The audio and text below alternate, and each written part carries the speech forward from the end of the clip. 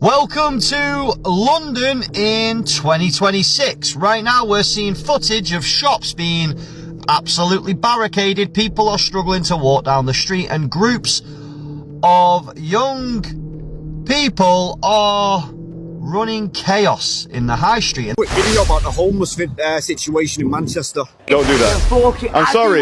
You're a small... Don't hit me! You hit me! I'll hit you back, bro! Right in your balls! Let me tell you something. Give immigrants their own homes in their own fucking countries, and you give us orange. Well, it looks like it's going to be a soggy spectacle. This weekend's protest in London will undoubtedly be a sight to behold. Explain this.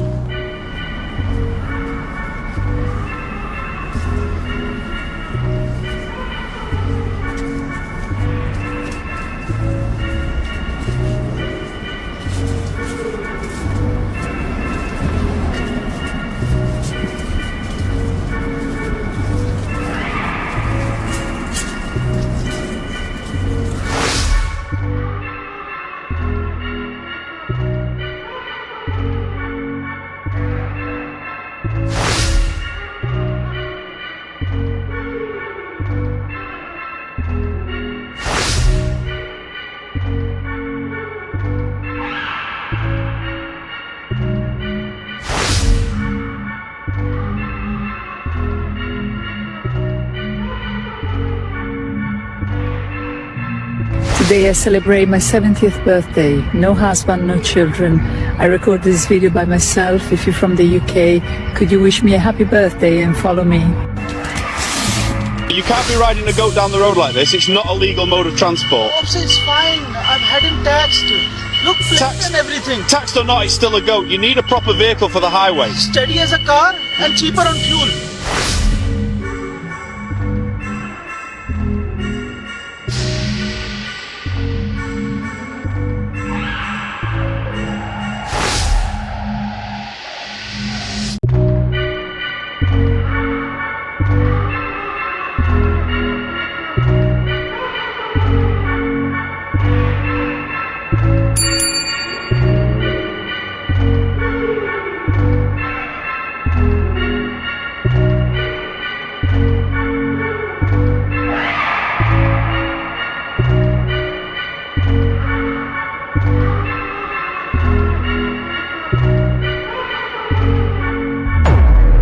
Hey guys, here's a song about the 2025 UK gooning ban.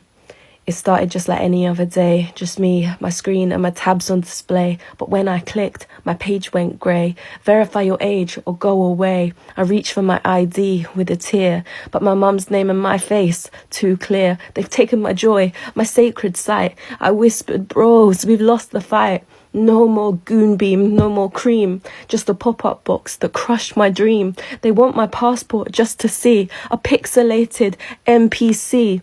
VPNs won't set me free. The UK's blocked my legacy. I told my dad, he said touch grass. Now I'm outside, staring at glass. Back in my cave, my snacks feel... Welcome to Blighty Blighted, your daily reminder that Blighty, the United Kingdom, seems to be going a bit balmy. Now, I've seen a lot over the years. Proper upheaval, hard times, all of it. But this feels different. Society is starting to resemble an old Victorian freak show. Roll up, come and see the hairy woman and world's fattest man. Now that's just an everyday sight in public walking down the street. It's not one big event. It's a general sense that things are slipping. People more on edge, more impatient, more unpredictable. You go into a shop now and there's security on the door. Items locked away, staff watching everything. Rosie's Park. Okay, well, so I don't know what's going on here, know what I mean, but I'm just walking along, just following them. And I'm getting a lot of looks. Fucking hell. You get the looks? Oh, there's a look there. Hi there. All right, mate? Where'd you come from Birmingham? Huh? You come from Birmingham? Yeah. Hey, mate. Where are you from? I'm from Glasgow, mate. Glasgow. I do a wee podcast in Glasgow. Nice. And I've just had a wee walk along, know what I mean? Just doing a podcast. I'm just filming, mate. I do a podcast in Glasgow, and I'm just walking along. I'm staying tonight. Am I not allowed to film? Oh no, you don't need to grab the phone. Yo, so this is a video, yeah, for some people that might know what I'm going on about. You might not. You might be novices to this kind of shit. But how the fuck, yeah? How do you start streaming on Kick? I've got a Kick account. How do I start streaming on Kick, guys? How do I start streaming on Kick? You've got a nonce on there making money. You've got me out here living like this, yeah? And still can't have nothing. I need to start streaming on Kick. Kick. The great British public are saying that Keir Starmer needs to resign as Prime Minister due to him letting documents slide in the vetting process for the White House administration. As if Britain didn't have a bad rep as it is, you know, with the BBC, Jimmy Savile, Gary Shitter, Stuart Hall, Hugh Edwards, the list goes on. What an extremely exquisite way to let the rest of the world know about the ongoings of our country. Not only is our country full of PDFs and grapists, we've also got one of them people that supports it on paper running it. As you all know, these tents were outside the town hall. Now they've been moved round the back. There's a few of them here. Occupied, do not touch. You guys over here, I'm just going to let us have a word with them. They might not want to be filmed. More than understand that. Are you alright? I was doing a quick video about the homeless situation in Manchester, if you want to be filmed or not. No worries. They don't wish to be filmed, so, you know, you've got to respect the wishes, really.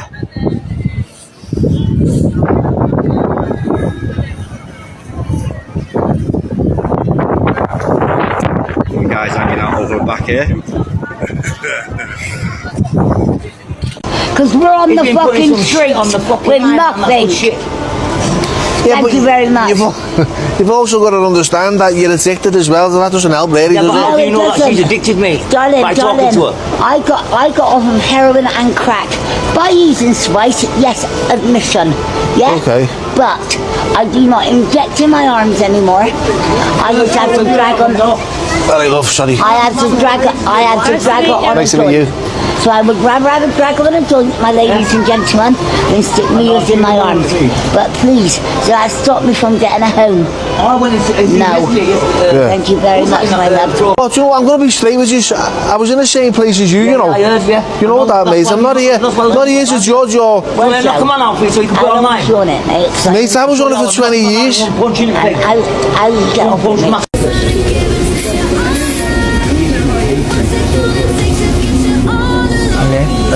London.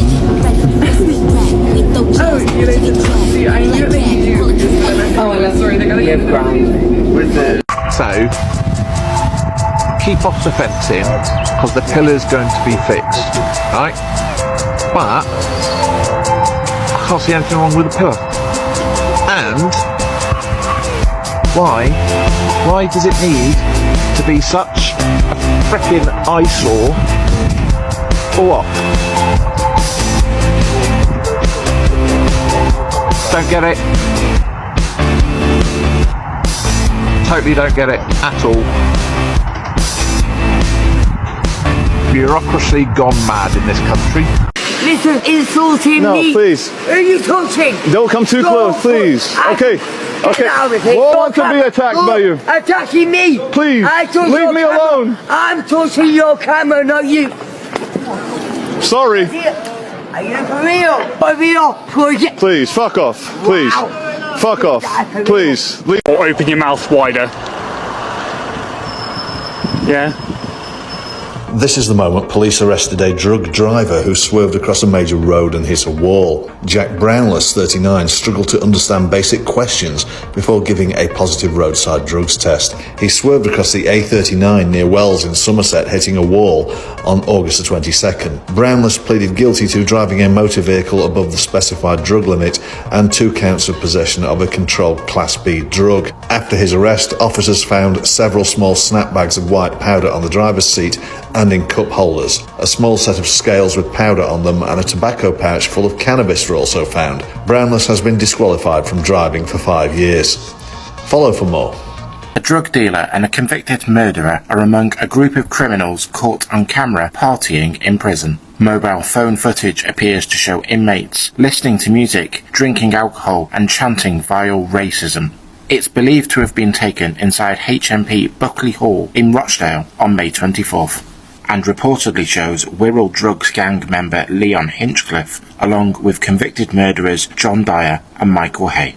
Prison authorities have now confirmed an investigation is underway. A spokesperson for the prison service said, "We do not tolerate mobile phones in prison, and those found with them can face extra time behind bars." Follow for more. Around Europe doing that, but then I was having a really bad time, so then I just came back home to be with around family and friends and stuff, and then I thought I'd try doing my artwork here, let go of the circus. Nice. But yeah. That's cool, man. That's it. Alright, well, have a nice day, my friend. And, oh, you want it on my phone, the photo? I don't know. Oh, yeah, take it. Because otherwise you're not going to have it. Closest I've probably got. Oh, Glastonbury, well. I used to live in London. There we go. I see this with this guy right. Oh, there we go. Yeah, yeah. Oh, thank you. You're going to be famous, mate? Thank you. Yeah, sure. What? You're going to be famous. Yeah, but I get that, but it's a private land. If you want to walk about, you can go outside. Where are you from? Where are you from? Me, I was born here. Yeah, but all I'm saying is, if you want to walk around, you can go from outside. You guys employed? The government are paying for it, right? Right. Yeah. Me and you are paying for it. So I feel I'm entitled to have a little look around. Of course you can, but then at the same time, I'm not going to walk. Come with me if you want. You already come in. No, I'm not going in. I'm not going in, am I? I'm going to walk down there, have a little look around the corner. I'm going to go. But you know, listen, let me show you something. I'm literally trying to answer at you. I want to walk down there. Yeah, well, we're paying for it. You're paying for it. Tax. So we have a right to have a look at it. You don't have a right to. I'd like to have a look at it. Well, you're not looking at it. It's a civil matter. Don't get involved in that part of it. I'm not going to aggravate it or try and go in unless I aggravate that, which I won't. I told these guys I'm going to walk down there. Yeah. I'm going to walk, have a look, and come straight out.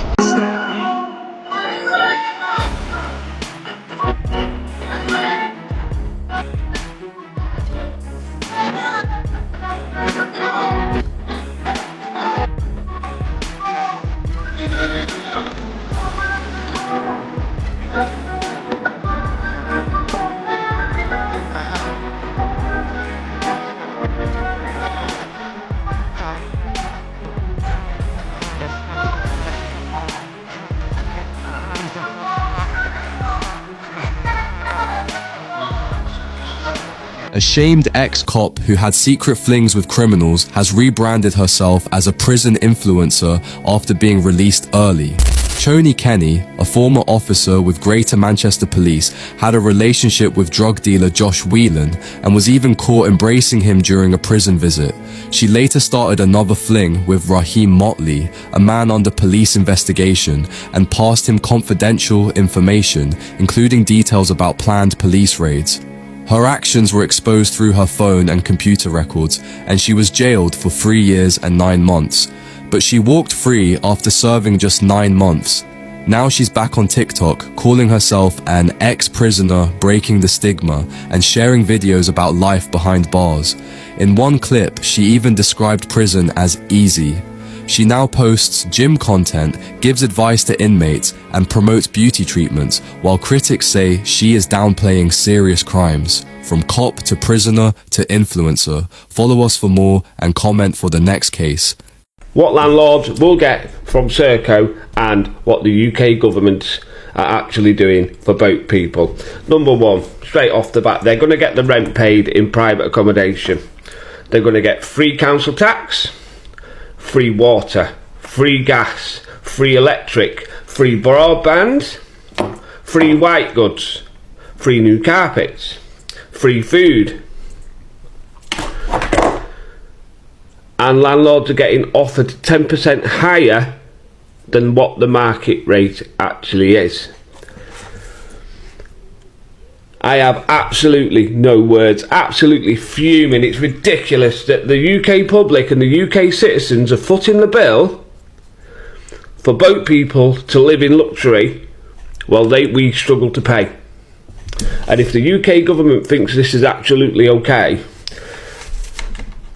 then there's seriously something wrong.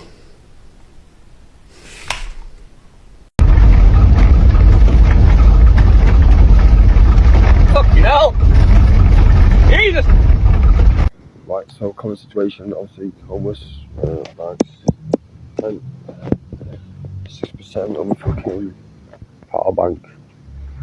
But I'm in Chester at the moment. But if anyone knows anywhere around here, like, because I'm not familiar with the area, where I can just like pitch my tent up safely, just drop me a comment, just a little bit of help would be good.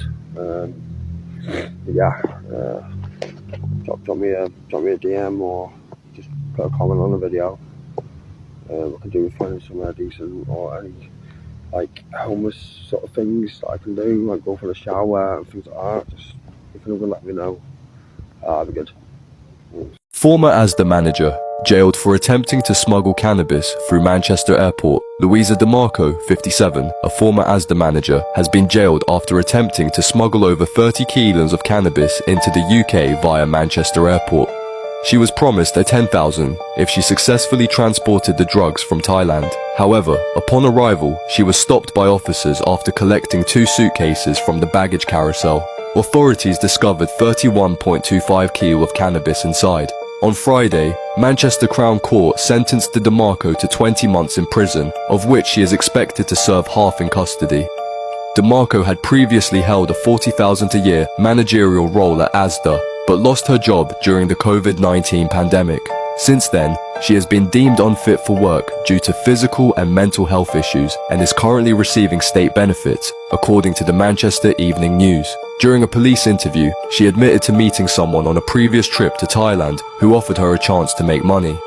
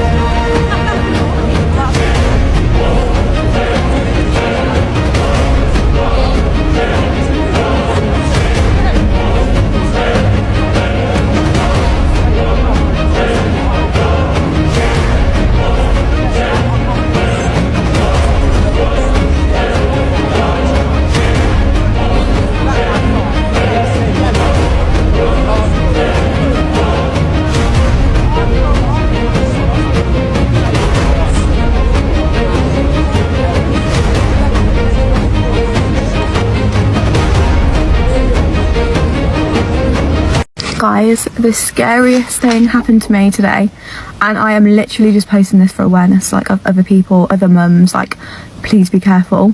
So this is the first day I've actually gone out on my own, like, public transport, and I thought, do you know what, it's fine. So I got on the train, everything was fine, and then this guy got on the train, obviously dodgy looking, and I just thought nothing of it. Anyway, he got on at the stop, and then just as we was getting to the next stop, he comes over and he's like, hi. And I was like, hi. And I'm a lovely person, like, I'm a nice person, will always do things for others. And he passes me this, like, it looks like a stamp, but it's obviously not a stamp. It literally looks like an acid tab, right? Okay. But obviously it didn't go in my brain then, I wasn't thinking straight. So he passes me this thing and I take it off him. I thought he was trying to sell me something. And he goes, oh, can you put my stamp on my letter? And I was like, yeah, of course I can. And then I was like, how, is there a sticker? Like, how do I do it? And he was like, no, you've got to lick it. And I said, sorry. And he went, you need to lick it, you need to get it wet to put it on there. Bearing in mind, he had his fingers all over this piece of paper, like stamp thing. And he was like, you need to lick it. And I was like, no, like, no. And he was like, okay, you don't have to. And then he took it back off me. But like, the letter wasn't even a letter, it was a piece of paper. But obviously, if you've heard about this devil's breath, it was like, this guy was definitely trying to drug me. It was me and Nevaeh. Like, oh my God, I'm actually getting teary thinking about it. It was just me and Nevaeh. If I was that stupid to like, just lick the stamp, put it on, I could have been drugged and Nevaeh could have been gone. Like, this is like serious, guys. Like, you need to be so careful when you're out and about, because I would never, ever imagine something like that would happen to me. And then he got off at the stop. But before he actually got off at the stop, he was looking in the pram and he was going, don't wake the baby. Like, as if he was putting a spell on her. He was like, don't wake the baby, don't wake the baby. She was wide awake. I've never been so scared in my life. Like, please, please, please, please, please be careful. I will not be getting public transport anymore, ever again, on my own. So yeah, this is just awareness for everyone out there. God, it's so scary. That could have ended so bad. Yeah, that could have been. Listen up, people. We've got a breaking news report. UK government, Keir Starmer and Richard Knightley of the UK military have stated that the UK are preparing for war and they're going to send people to war. Well, I've got news for them. The British men will not be leaving this country to fight war in another land, considering the way we have been treated over the years by this UK government. At best, we will defend our borders only. Donald Trump made a statement that there is going to be a global reset. What does it mean? Let me break it down for you. When 20% of oil comes out of the Hormuz Strait, that means that the United States of America are looking to take over those oil exports. So the money doesn't go to Iran and those areas, it goes to the USA. If you consider they've taken over Venezuela, which is a massive oil exporter. Cryptocurrency Clarity Act is about to pass. This means that cryptocurrencies will be able to do cross-border payments alongside SWIFT, but much quicker, and they are also offering better return for your savings. Before the war in Iran started, Iran built a boat called the Maldivi, and it was all for drones. Here is a picture of what that boat vessel looks like today. Also in major news, which isn't really being spoke about, the situation in Ireland with all the tractors and lorries and whatnot that are blocking the roads, and now there is fuel shortages, and the Irish government set the military onto their own people to disperse them from the roads. But the Irish, being the Irish, more people turned up and they can't do nothing about it. What are you saying, people? Follow for breaking news updates. Bosh! So guys, in this next news story, the City of Manchester's North Challenger team conducted an operation into the running of a Class A drug line across Manchester known as the Dino. The head of the organised crime group was Kamran Jangir and his brother Kashif Jangir. They would dedicate a drug line to supply crack and heroin using fake lighters to avoid detection when stopped by police. The Jangir brothers and their 4 associates received the following sentences. So Kamran Jangir was sentenced to 10 years in jail. Kashif Jangir from Bolton was jailed for 6 years and 4 months. Mohammed Nivyan Maskeen was jailed for 6 years and 4 months from Bolton. Eugene Dan Preda from Manchester was sentenced to 5 years. Rebin Khanshnau was jailed for 5 years and 10 months. He's from Manchester. And Ali Alawadai from Manchester was sentenced to 30 months for conspiracy to supply Class A drugs. September the 8th, 2022, officers conducted simultaneous warrants in Bolton. There was a phone that belonged to Kamran Jangir was seized, while officers also found a large-scale drug operation with evidence of multiple stages in the process in the property's garage. Detective Sergeant Jamie Heaton of Greater Manchester Police said this was the lengthy investigation which has resulted in substantial sentences for 6 individuals who were members of an organised crime group blighting the local community drug supply. Following the warrants, both the Jangir brothers' phones were seized and revealed the brothers conspired with a number of individuals to sell Class A drugs, ultimately linking them to the warrant address and evidence that they are running the Dino drug line. He said, Greater Manchester Police is dedicated to relentlessly pursuing and disrupting serious criminality, and we are determined to continue to bring criminals to justice. And the mad part is, people are saying this isn't even a one-off. This has been happening over multiple days. I mean, this just gives you a good feel of Sadiq Khan's London right now, doesn't it? You know, where is the control? Why is no one being arrested? Like, where is the order? Because I'm not going to lie, when everyday normal people see this, this does not feel like safety. It feels like people are being left to deal with absolute chaos running riot in the high streets of London. Like, I thought London was one of the most secure places in the UK, and they can stop protests, they can, you know, they have so much security, and yet Why are situations like this being allowed to just completely escalate? London used to feel like one of the most powerful cities in the world, and now people are literally hiding inside their shops. Let me know what you guys think in the comments. Is this just normality now? Are we just supposed to accept that this is okay, or is there something going to be done about this? Share this out, hit like, and let me know what you guys think in the comments. And obviously, I'm as fictional as a dinosaur, baby. Just walking through Manchester, and I had like £20 in my bag of change, so I thought I'll just give it to all the homeless that I see. So I'll just give it to like 3 different homeless. I see this young girl sat there, right, with a boyfriend, with a sign saying, our sleeping bags got robbed, we need help. So I went over and spoke to her. I said, like, how long have you been homeless for? She said that her mum kicked her out 9 months ago because she had an argument with her stepdad. So her mum kicked her out. She's been homeless all this time, and she's on a waiting list. How any mum can do that to the kid is fucking awful. Like, people like that should not be allowed to have kids. So I just gave her all my change. I had like a tenner left in change. Chatted to her for a bit, and then as I was walking away I thought I'll just go and buy her a sleeping bag. I'm walking past Sports Direct anyway, so I'm gonna go and buy her and her boyfriend a sleeping bag. There's a sleeping bag. Excuse me, where's the sleeping bags? Sleeping bags. Second floor. Second floor, okay, thank you. Bingo, here they are. Sleeping bags. Yes. Secured the goods.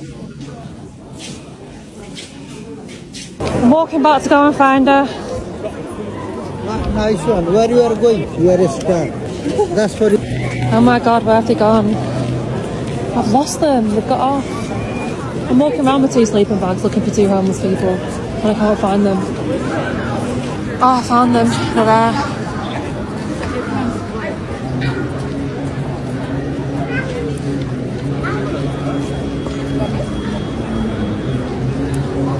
Got you a sleeping bag each. Oh, you're welcome. Oh, sorry, it's tied around my hand.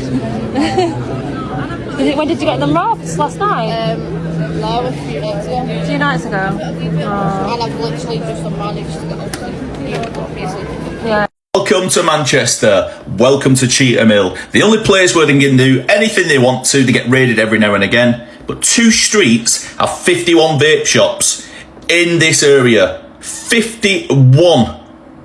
I mean, wow. As you can see, they park on double yellow lines. They've taken over the area. They do whatever the fuck they want. And if you've ever been here, you will understand completely what I am on about. The vermin the people will occupy this place. You will understand if you've ever been. They do what they want. They've taken over the area. The back streets are covered in absolute shite. It is disgusting. I went once, a couple of times when I was a kid, and they just literally used to lock you in the shop. If you wanted to go in the shop, they'd lift the shutters up, they'd go in. It was all stuff that you shouldn't be buying. Then they'd shut the shut. It was a frightening place, people. And the audacity of these people to have this across the road from a prison.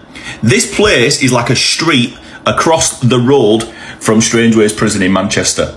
And the police know exactly what they do. So I don't understand why they don't go there and close them all down fully, kick them out or arrest them and put them in prison, because they're doing things that if me and you did, my goodness me, we'd be doing a stretch in prison. This is what I'm saying. Some people have powers, certain powers. They get away with everything. They get away with absolute everything. 51 vape shops. Who needs that? Who needs that option? I might go in that one today. They sell that. Oh, I might go in that one today. We all know what they are. They're all fronts for money laundering and stuff that they shouldn't be doing. And it's just there in full view for people to see. You can go in there still. I've walked up that street. It's frightening. It's so intimidating. But yeah, it's the UK. You can do whatever you want to do here. Absolutely. If I was in charge of that, my goodness me, I would crush every single building in my eyesight across the road from that prison, and I'd shove them all in prison. I've seen people killed every which way you can imagine. Electrocuted, hacked to death, blown up, people shot in the face, shot in the head, decapitated. If anybody says, oh, how many? I don't know. I did lose count.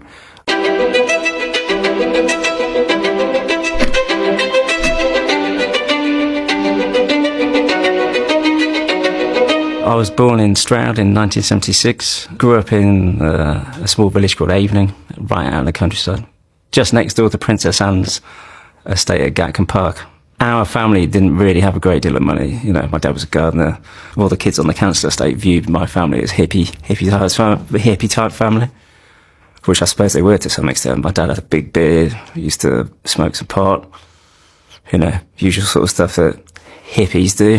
I was probably getting stoned from the day I was born, you know, passive smoke. I remember as a really young kid, before my sister was born at the age of 4, being taken into rooms where there was loads of smoke, or having to stay out of that room because the adults were doing something in there that I wasn't supposed to see. I was at a party and I remember the day, I can still remember it now quite clearly. I was fed a piece of hash cake, chocolate cake. Unbeknownst to my mum, she didn't realise what it was, or what it had in it. She just thought it was a chocolate cake because it was someone's birthday, one of my dad's friends. So they've handed me this piece of chocolate cake, and yeah, I got pretty damn stoned for a 4-year-old. You can imagine, I mean.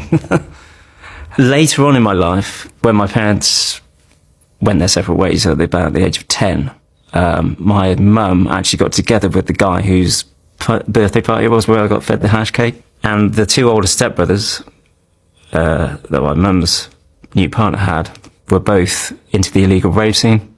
The eldest, he was an up-and-coming local DJ. So he would have been, 18, 19? So prime age for going out raving, doing parties and all the rest of it, you know, all the associated drugs that go with it.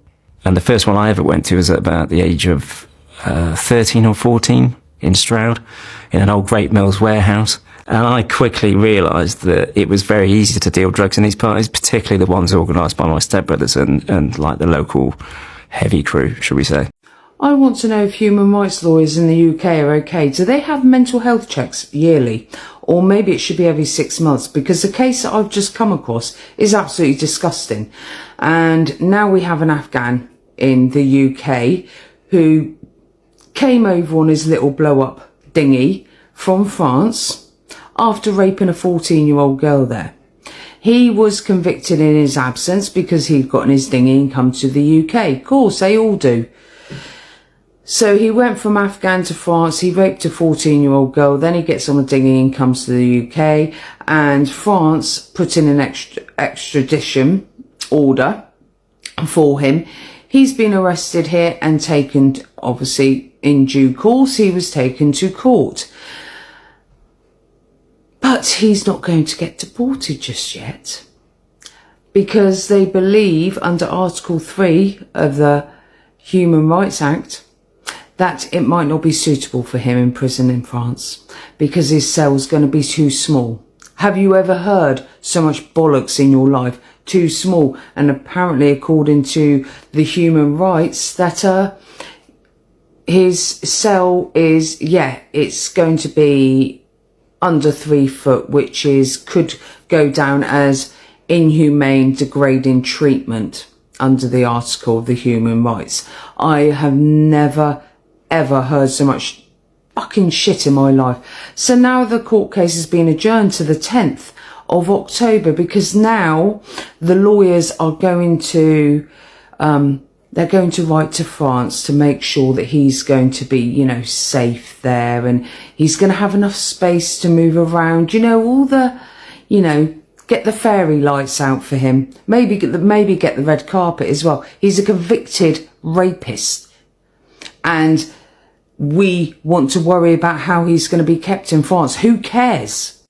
So this ECHR, I think that needs seriously looking at, because it's helping more criminals than it is for normal people. I've never understood it, but this case has now brought it all to light again. I need you all to share this with everyone you know, because this will just be the tip of the iceberg. This is just one story. How many others are out there that haven't come to light yet that we don't know about? So share with everyone you know, and if you like my content, then please give me a follow.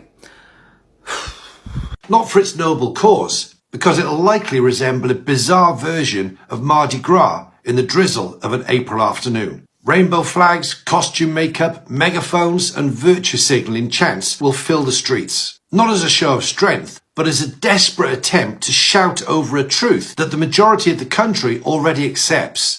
The law got it right. The storm has been brewing ever since the courts ruled that calling a man isn't hate speech. It's basic biology, backed by science, reality, and the silent consensus of millions of Brits who are frankly tired of being told to deny the obvious. Yet here we are, watching a tiny but noisy minority kick up a fuss, demanding that society contort itself to accommodate their feelings at the expense of truth, free speech, and women's rights. Look, people have every right to live how they want, call themselves whatever name they please, and dress in any way that makes them feel comfortable. But rights go both ways. What's being fought here isn't for freedom, it's for enforced affirmation, compelled speech, and the slow erasure of reality under the guise of inclusion. The vast majority of Brits, yes, the overwhelming majority, stand with the ruling because it reflects common sense. They're not transphobic. They're not hateful. They're simply tired of being browbeaten into pretending that men can become women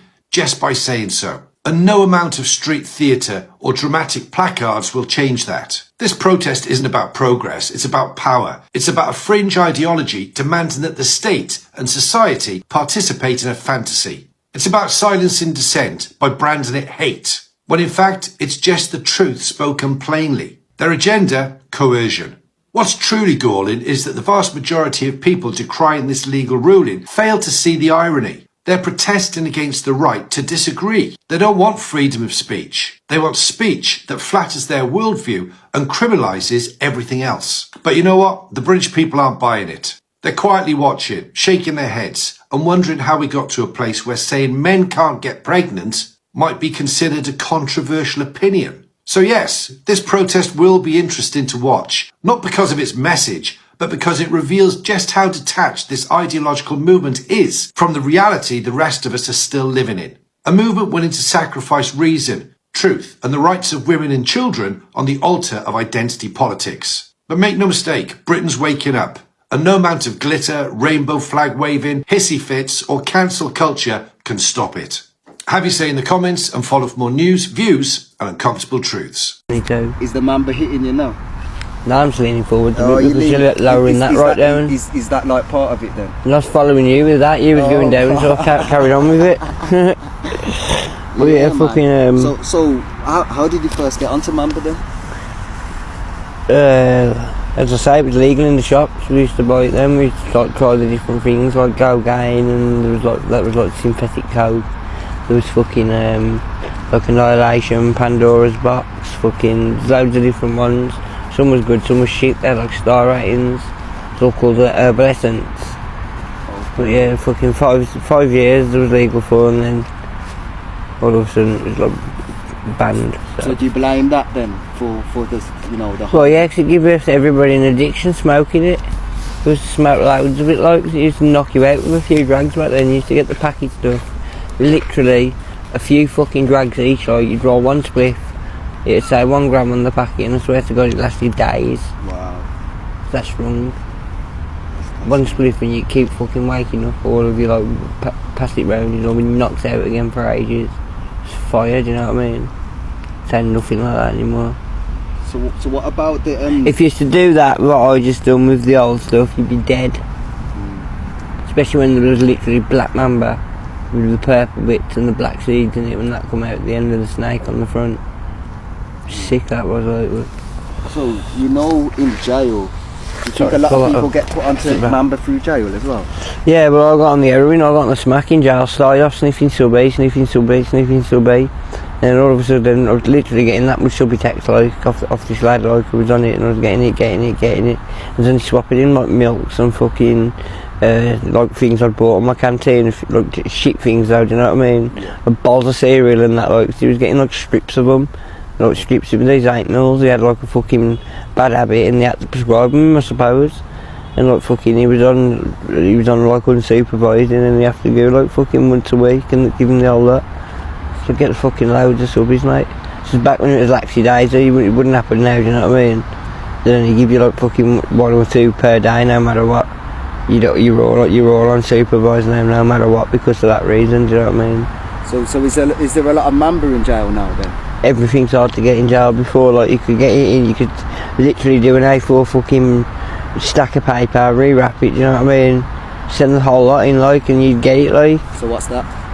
You get the whole fucking lot of, like, the A4 papers into jail. You can't do that anymore. What's that got mamba on it? Yeah, you'd spray it on, spray the mamba on the paper.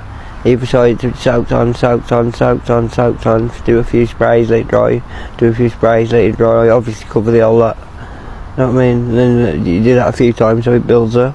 How much would that cost? Well, you get paste and then you break the paste down with a solvent. It's actually like a fish tranquiliser for, the moving fish from like tank to tank. They use it for that, like, so some people call it fish. It's like a ketamine horse tranquiliser. Used to be you'd ask where something was.